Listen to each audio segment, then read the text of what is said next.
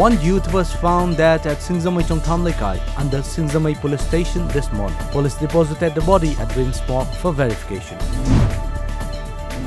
One girl was run over by a Tata tipper belonging to Imphal Municipal Council, which was carrying garbage at Lamboy Khongnangkhong under Lamphel police station yesterday. The girl has been identified as Waile Sembi from the same locality.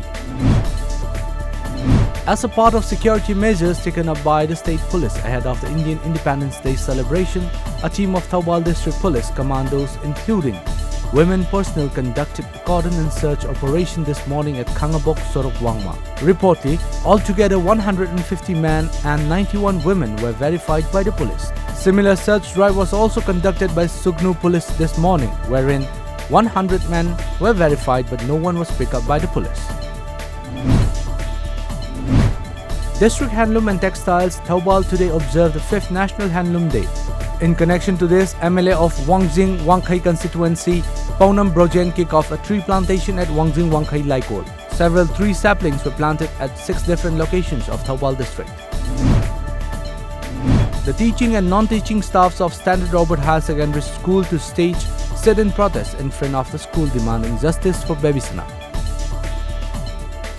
The area near Indo-Myanmar Friendship Gate number 2 at Moreh border is flooded every time it rains, which is a humiliation in front of Myanmar.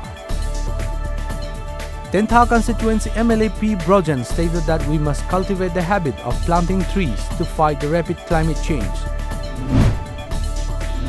Assistant Engineer of Police Housing Corporation Limited Sanajauba inspected the Rani Gaidenliu Women's Market. The market will be handed over to the public on August 15th. BJP-led Tripura government is all set to open the first flyover in Agartala soon, amid the ongoing investigation by police on irregularities in the ₹300 crore project, according to reports. Earlier in 2015, the outset left-front government led by former Chief Minister Manik Sarkar had authorized a Hyderabad-based private company to construct the flyover. Former Union Minister Sushma Swaraj passed away last night after suffering a heart attack in New Delhi. According to reports, she was rushed to emergency at the All India Institute of Medical Sciences (AIIMS), where cardiopulmonary resuscitation (PCR) was administered, but doctors were unable to revive her. She was 67.